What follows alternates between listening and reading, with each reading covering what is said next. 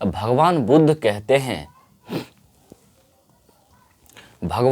कहते हैं कि जो हमारे इस 8 रास्तों पे चलेंगे उन्हें किसी भी प्रकार का दुख कभी भी नहीं हो सकता है। निर्वाण बौद्ध धर्म का परम लक्ष्य है। निर्वाण को प्राप्त करना बौद्ध धर्म का क्या है? सबसे बड़ा लक्ष्य है। और निर्वाण का मतलब होता है दीपक का बुझ जाना, अर्थात जीवन मरण के चक्र से मुक्त हो जाना, जिसको क्या कहते हैं? निर्वाण कहते हैं। बुद्ध ने निर्वाण प्राप्ति को सरल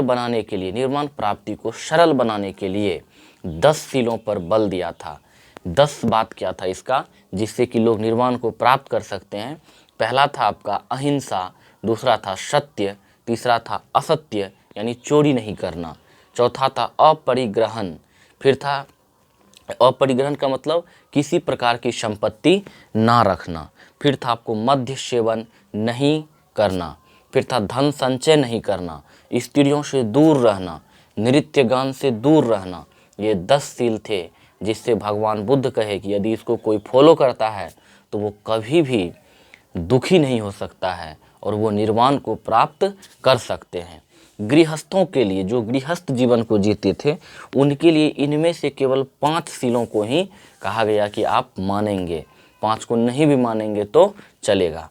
बुद्ध ने मध्यम मार्ग का उपदेश दिया था, मध्यम प्रतिपदा का। अब कहा जाता है कि अनिश्वरवाद के संबंध में बौद्ध धर्म और जैन धर्म में समानता है, क्योंकि बौद्ध धर्म भी ईश्वर को नहीं मानते थे और जैन धर्म भी ईश्वर को नहीं मानते थे। बुद्ध ने जातक कथाएं प्रदर्शित करती है कि बोधिसत्व का अवतार मनुष्य के रूप में भी हो सकता है और पशुओं के रूप में भी।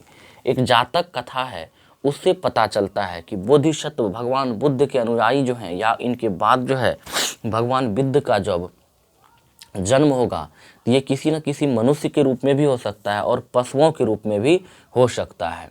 बोधिसत्व के रूप में पुनर्जन्म की दीर्घ श्रृंखला के अंतर्गत बुद्ध ने शाक्य मुनि के रूप में अपना अंतिम जन्म प्राप्त किया। मनुष्य के रूप में इन्होंने शाक्य मुनि के रूप में अपना अंतिम जन्म लिया था। सबसे अधिक बुद्ध मूर्तियों का निर्माण गांधार शैली के अंतर्गत किया गया है। गांधार शैली में सबसे ज़्यादा जो है बुद्ध का मूर्ति बनाया गया है। तिब्बत, भूटान एवं पड़ोसी देश में बौद्ध धर्म का प्रचार पदम संभव गुरु रिनपोंच ने किया है। अब पड़ोसी देशों में इसका जो है कौन प्रचार प्रसार किए हैं? पदम संभव। इनका संबंध बौद्ध धर्म के वज्रयान शाखा से था और ये पदम संभव जो है बौद्ध धर्म के वज्रयान शाखा के लोग हैं। इनकी 123 फीट ऊंची मूर्ति हिमालय प्रदेश के रैवाल सर झील में, इनकी मूर्ति जो है कहाँ पर है? हिमालय प्रदेश के रैवाल झील में है। भारत में उपासना की जाने वाली प्रथम मूर्ति संभवतः बुद्ध की थी। भारत में जो है उपासना, भगवान बुद्ध का उपासना किया जाए, इसका पहला मूर्ति आपको भारत में ही मिलेगा। अब हम लोग पढ़ते हैं कुछ बौद्ध मठों के बारे में। तो टाबो मठ है, एक क्या है? टाबो मठ। और ये टाबो मठ कहाँ है? तवो गाँव में। इस तवो गाँव के स्पीति घाटी में, जो आपको हिमाचल प्रदेश में पड़ता है। एक है आपको नामग्याल मठ, और ये नामग्याल मठ कहाँ है आपको? तो ये है हिमाचल प्रदेश में और ये धर्मशाला में है। इसके बाद एक मठ है थिक्से मठ, ये आपको लद्दाख में है और लद्दाख का है जम्मू कश्मीर में। इसके बाद है हेमिस मठ, ये भी लद्दाख में है, जो कि यहाँ है आपको जम्मू कश्मीर में। फिर एक है सासुर मठ, और ये सासुर मठ कहाँ पर है? हिमाचल प्रदेश में लाहौल स्पीति में। कहाँ पर है? हिमाचल प्रदेश के लाहौल स्पीति में। इसके बाद एक है मिंजलिंग मठ, ये कहाँ पे है? देहरादून में, उत्तराखंड में पड़ता है। इसके बाद रूमटेक मठ है, जो सिक्किम में है, सिक्किम के गंगटोक में है।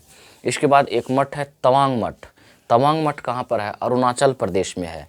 और एक है नाम ड्रिलिंग मठ, ये मैसूर में है और मैसूर के कर्नाटक में पड़ता है।